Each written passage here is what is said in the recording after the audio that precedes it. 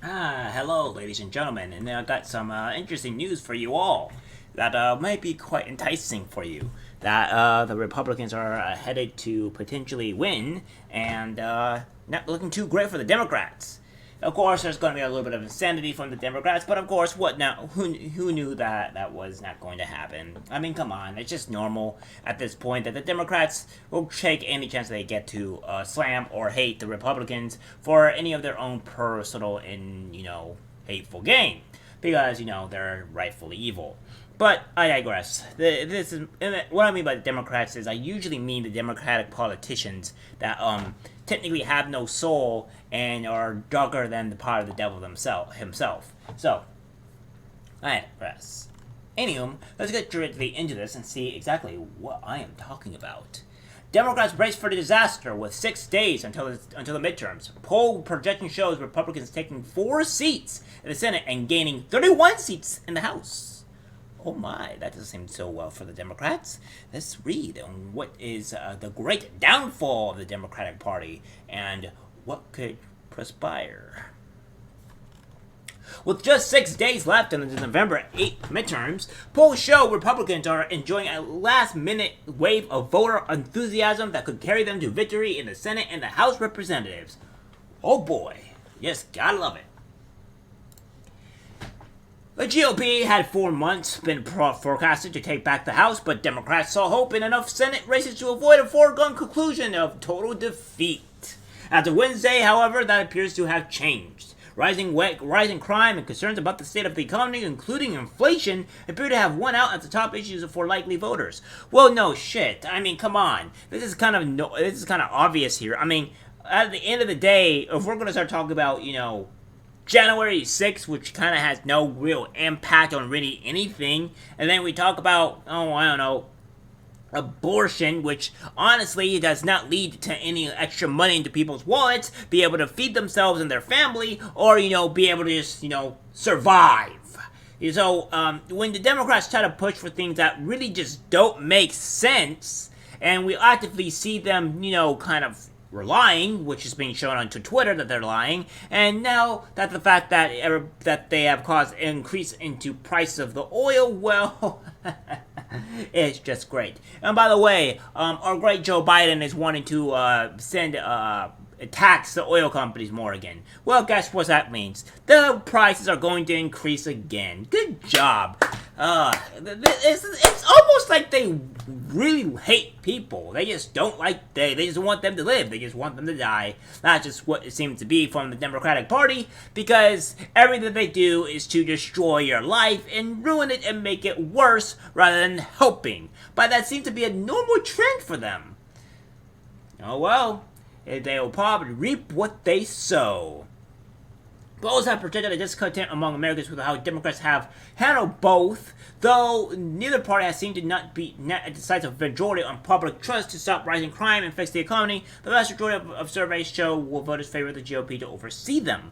Well, yeah, because they actively have been saying that they want to stop the crime, which is, not really too terribly surprising. I mean, they say they're going to stop it, so people are going to go to the people that want to stop crime and help people put food on the table. Republicans are now projected to pick up 4 seats in the Senate, according to Clear Politics, for a total of 54 GOP lawmakers and 46 Democrats, including the 2 independents that caucus with the left. The poll aggregators' latest analysis show Republicans flipping Senate seats in Nevada, New Hampshire, Georgia, and Arizona. Yes, Nevada is actually looking to go red, and Arizona, I think, is also going to go red as well, and Utah may go red. We don't know quite yet, but it doesn't seem like it's going to be posing very well for the Democrats here. And this may actually just get worse. By the way, this could be worse for the Democrats and better for the Republicans.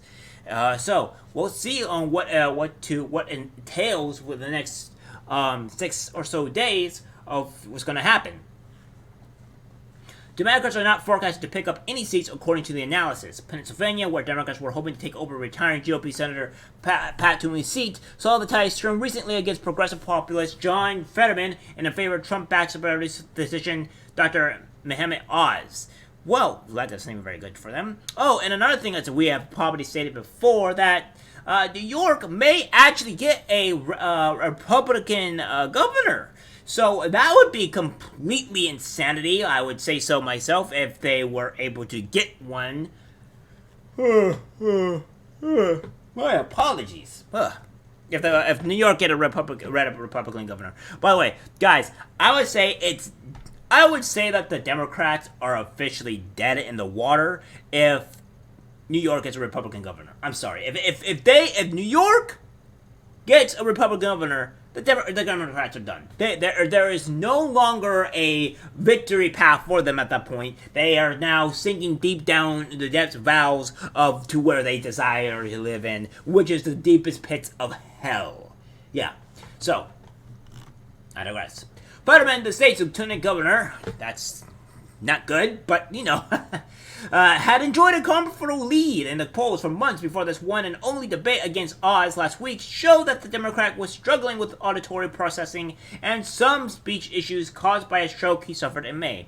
Well, that's not funny. We don't want people to suffer a stroke or, die, so that's not funny in a sense. But we all know that Fetterman is not really the greatest man on the planet either.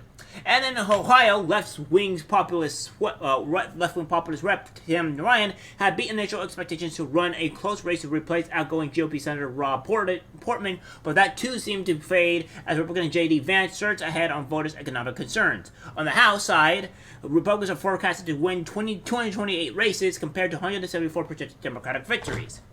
That means that even if the left wins all 33 toss-up races, it would still fall short of the 218 threshold needed for a ruling majority in Congress' lower chamber. It's coming for the president's party to face losses in the midterm election. Voters aired their frustration with issues both in and out of the White House's control at the ballot box, but Democrats had enjoyed a boost of momentum over the summer after the Supreme Court overturned federal abortion projections.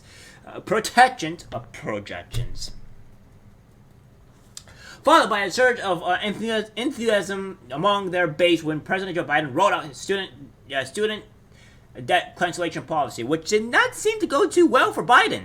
A lot of people seem to revolt in that, on both political sides, where the left and the right did not like this. We're seeing I would say, slowly joining of the country kind of slowly coming together, considering the fact that it's been a couple of times, and I say in a few years, where both sides have joined together and gone against the establishment. So, I mean, there's that. Those edges have since dissipated, according to a new survey out by CNN. Well, we trust CNN with a grain of salt, obviously, these days. I mean, they're not the greatest. It shows that 51% of likely voters would pick a Republican on a generic congressional ballot, while 47% chose Democrats. The poll was taken between October 26 and 31, and early iteration had the party's margins nearly flipped. As of September, 50% of people said they vote for a Democrat, and 47% sided with the GOP. Biden himself saw a modest rise in his approval rating with a new Reuters episode poll showing that 40% of people now support his job in office. That's compared to 39% who said the same before. Well, 1% increase is not really much, I would say. But, anyways. It's still among the lowest Biden has seen so far, and is unlikely to couch the blow Democrats are likely to face on November 8th. As long as he still got to deal with persistent dissatisfaction with the economy, according to CNN's poll, 78% of likely voters believe the country is currently in a recession, which it is. Just over half of likely and registered voters said the economy is the top issue for them at the ballot box this year. Economic concerns have also pushed suburban white women toward Republicans in recent weeks, according to the Wall Street Journal. Which, by the way, that's pretty huge. Getting the women is pretty difficult these days. All right. So if they're voting and switching to Republican, that's a big blow to the Democratic Party. I would say so myself. Not doing so great for them. Economic concerns have also put. Oh, I already read that. The voting bloc, which had leaned toward the left, especially after the Supreme Court's ruling on abortion, now sees economic concerns as a driving issue at the ballot box. White women in the suburbs have swayed toward Republican points by 15 points as of Wednesday, reporting a 27% swing away from Democrats. Away from them. The Democratic makes up roughly 20% of the electorate. So, That being said, see, this is what we're seeing here, that with all this great stuff. So it doesn't seem that Biden is going to be doing too well, or the Democrats as we can see fit. But we also have here where Hillary Clinton is going off the walls, as always, where she's always off the wall. She's never in the right mind of things. This goes on to say, Deplorables 2.0, Hillary Clinton blames ailing foreign Americans for rising GOP fortunes across the U.S. and questions whether voters really understand what a midterm red wave would mean. Well, I think it means that the Democrats are in trouble and and that they actually care about putting food on the table and surviving the so-called death throw that you have us in your clutches. I think that's kind of what that means. It doesn't mean that we'll have a war, because I think the far left are more likely to start that at this point than the right. But I digress. Hillary Clinton has suggested that American voters may not really understand the stakes of the upcoming midterm elections, as she argued that GOP gains in Congress would have dire consequences. What would those consequences be, Hillary? What could they possibly be? Let's read and see if we can find out what that means. Clinton made the remarks in an interview on Tuesday with MSNBC host Joy Reid, probably one of the racist people on the planet, who asked the former Democratic presidential nominee whether she believed voters grasped what Republican majorities in the House or Senate would mean. The dismissive comments echoed her 2016 election gaffe, whereas she called half of Donald Trump's supporters a basket of deplorables who were racist, sexist, homophobic, xenophobic, Islamic, you name it. Well, yeah, because that seems to be a normal thing for, obviously, her. I think that with all of the noise that we've gotten in this election season, I don't think that people are really able to grasp that. Clinton replied. But more importantly, I'm not sure they really understand the threats to their way of life. They may think that whoever's clearing the committee, a kind of abstract, she added. So, I'm not quite sure what she really means, but we'll continue what she's gonna go on here, because she may enlighten us, guys. She may actually enlighten us. Clinton continued by arguing that Republicans are going to push Social Security and Medicare up for a vote if they take majorities in Congress, repeating a line of attack that President Joe Biden has hammered in recent days. He's made things significantly worse, you evil woman, but the claim refers to a proposal from Senator Rick Scott to sunset of all federal legislation after 5 years, which would require Congress to pass laws again to keep them on the books. Biden and the Democrats have hammered the plan, saying it would push Social Security and Medicare onto the chopping block, but Scott insisted that he doesn't know one Republican in favor of cutting back the retiree benefit programs. Clinton continued saying that she didn't understand why everybody was not up in arms over Scott's proposal. We've got lots of problems right now in our country. We need sensible people to come together to try and solve them, said Clinton. Probably because they realize that everything that you guys are doing are horrible and does not actually help them, but hurts them. I mean, look at you. Look at your face. It just spells evil. I mean, look at it. Look at it. It's horrible. God. I mean, if you want to know the definition of evil, if you don't want to know what evil looks like, just put Hillary Clinton on your wall, and then you would know evil. You'll probably feel the clutching of the devil on the back of your neck, just trying to get at you. It's terrible, really. So, in the interview, Clinton slimed Republicans for violent rhetoric that he said she allegedly attacked on Speaker Biden's supposed husband in their San Francisco home last week.